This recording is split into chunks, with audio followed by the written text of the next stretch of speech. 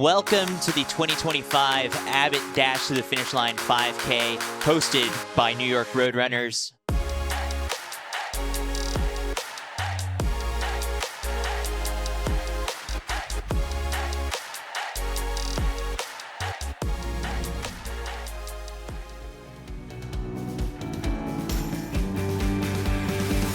Welcome to a special edition of the Set the Pace podcast. I am not Rob Simulcare, and this is not Bex Gentry. We're taking over the set.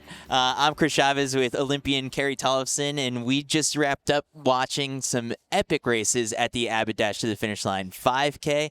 Carrie, what were your impressions of both those races? Oh my gosh, Amon Kemboi is so good. He is so fun to watch, and I love watching him run in New York. I mean, he just gets excited about being here, and to see him touch the lead and then to come back and touch the lead again and then to make that final push with 200 meters, that was so cool. And then Annie Rodenfels just executed this race perfectly to get her third victory in this race. She really did. You know, to see her in fourth position with a mile to go, just sort of lurking and watching. And she even said watching the tangents.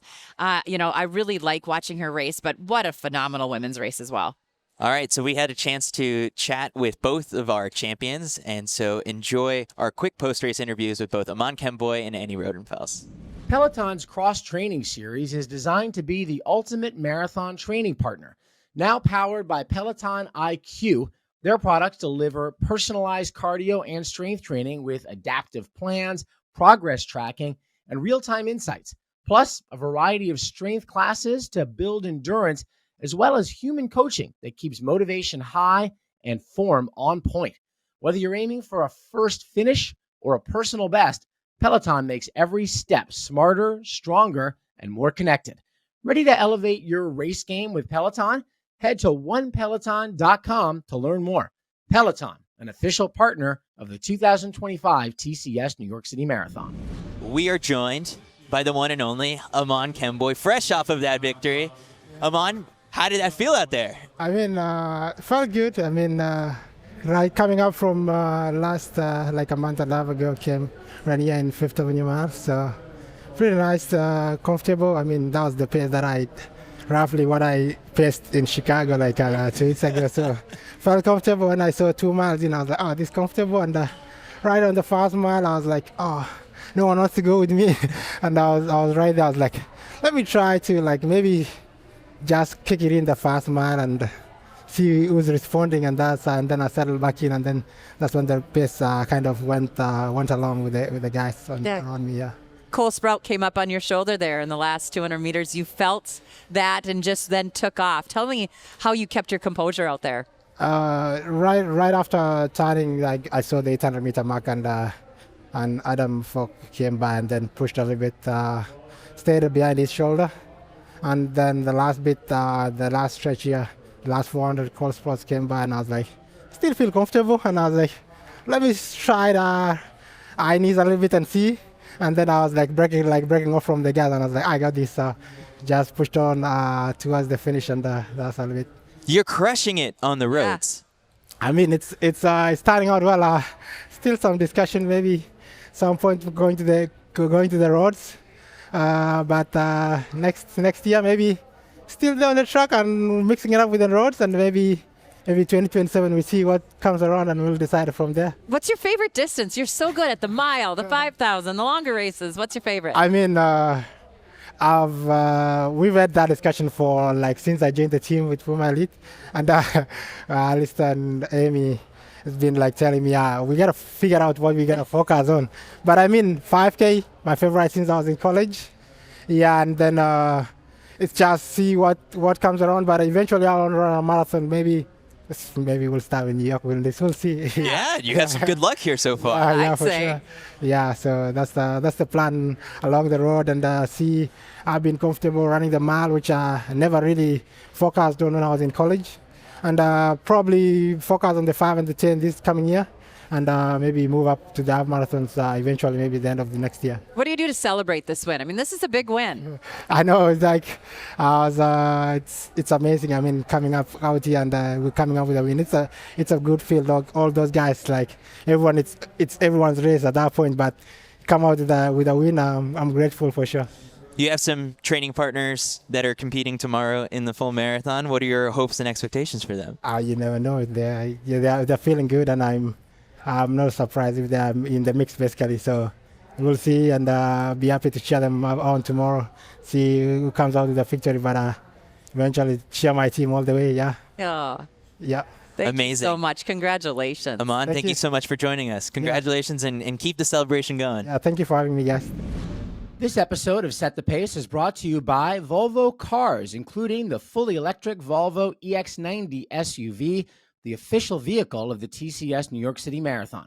The Volvo EX90 SUV is designed to be the safest Volvo ever made, with safe space technology, cutting-edge radars and cameras that help you detect potential risks inside and outside the car, even in the dark, helping to protect you and those around you. Because sometimes the moments that never happen matter the most. Visit volvocars.com/US to learn more about the fully electric EX90 proudly assembled in South Carolina. And now we're joined by the champ, three-time champ, Annie Rodenfels. Yeah. Congratulations. How did Thank that you. feel out there today? Yeah, I was great. Yeah. I was expecting to have a little bit of a faster race, so I feel like I was kind of prepped for everything, and everyone kind of slowly just let me lead, and I was like, okay. It was amazing. It was so Yeah, cool. thank you. Then in the last mile, you were in fourth. Yeah. And yeah. you were there, and there was a little bit of space, A little but bit, you yeah. just kind of kept coming back. Yeah, just kept trying to think positively and like, okay, like I'm not out. Like I'm so close. I've been further behind and still been able to kick. I just wanted to maybe kick a little earlier because I was aware of who was kicking with me.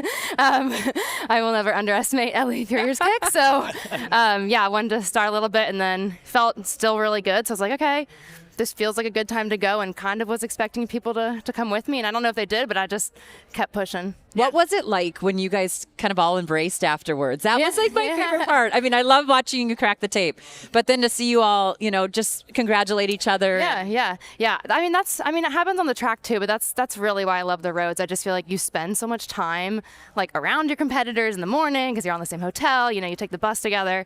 And I just feel like there's like a lot of just like encouragement and stuff on the road. So that's why I enjoy it so much.